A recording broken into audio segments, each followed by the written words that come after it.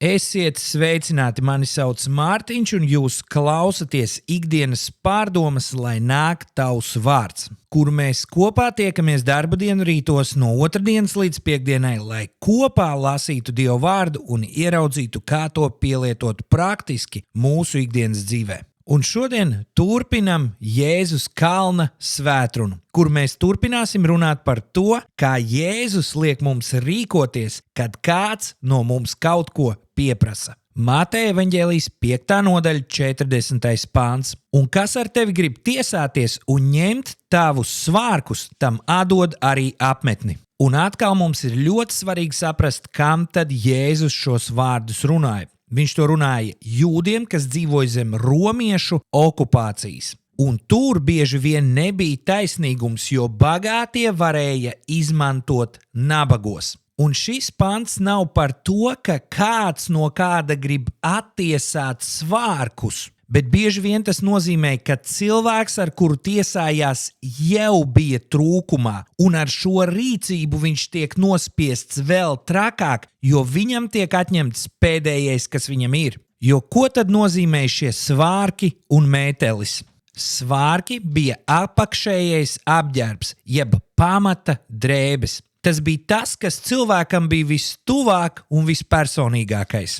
Un mētelis bija ārējais apģērbs un vienlaicīgi arī aizsardzība pret augstumu. Tas bija tik svarīgi, kad pat Mūzes bauslībā bija ielikts punkts par to, ka tu nedrīkstēji atņemt cilvēkam viņa pēdējās drēbes, vai ja tu tās paņem, tu tās nedrīksti turēt ilgāk kā vienu dienu, un uz nakti tev tās ir jāatdod. Un Jēzus šeit saka, ja kāds no tevīm ņem svārkus, atdod arī viņam mēteli. Ne tikai neatbildi ar pretestību, bet iedod vairāk, kā tev prasa. Un šeit ir atkal jāsaprot kultūras īpašības. Kādi vēsturnieki saka, ka tas ir bijis sava veida protests. Kad cilvēku tiesāja, mētelis bija pēdējais īpašums, kas cilvēkam bija palicis, un vienlaicīgi augstās naktīs šis mētelis arī kalpoja kā guļamais.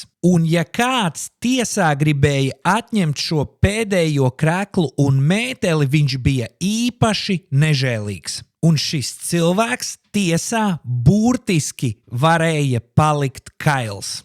Bet šeit ir viena nianse. Palikt kailam tiesas priekšā pēc tā laika standartiem bija kauns nevis kailajam, bet tam, kurš uz šo kailumu skatās un ir šo kailumu izraisījis. Mēs pat varam teikt, ka atdevējs kļūst par uzvarētāju, parādot to, ka tava alkatība ir tik liela, ka tu esi gatavs mani atstāt kailu. Un tāpēc, ja tu man prasi kreklu, savāc arī mēteli. Jēzus šajā fragmentā māca nevis būt vājam, bet gan būt tik stipram, lai ienaidnieka ieroči pret tevi vairāk nedarbojās, un tu salauz šo ienaidnieka sistēmu. Un kas tad šodien ir krekls un mētelis mums? Mūsdienu krekls var būt mūsu laiks, mūsu enerģija, mūsu finanses, mūsu taisnības strīdā.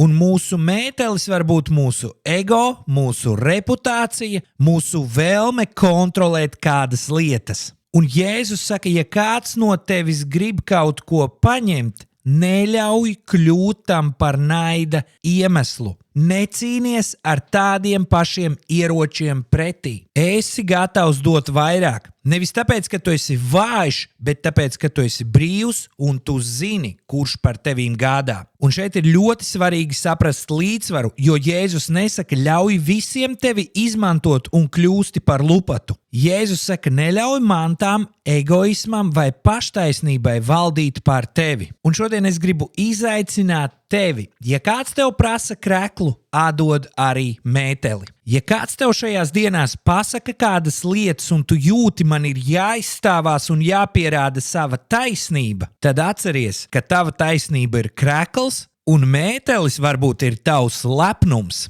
Neatbildi uzreiz asi un pasaki kaut ko, kas nebaro konfliktu, bet tā vietā atdod savu mēteli un piedāvā cilvēkam palīdzību, parādi viņam cieņu, neskatoties uz to, ko viņš dara, un paliec mierīgs. Nedod atbildi, bet iedod attieksmi. Un tu redzēsi, ka tu jūties nevis zaudētājs, bet uzvarētājs. Lai Dievs tevi svētī, un es ticu, ka tev izdosies.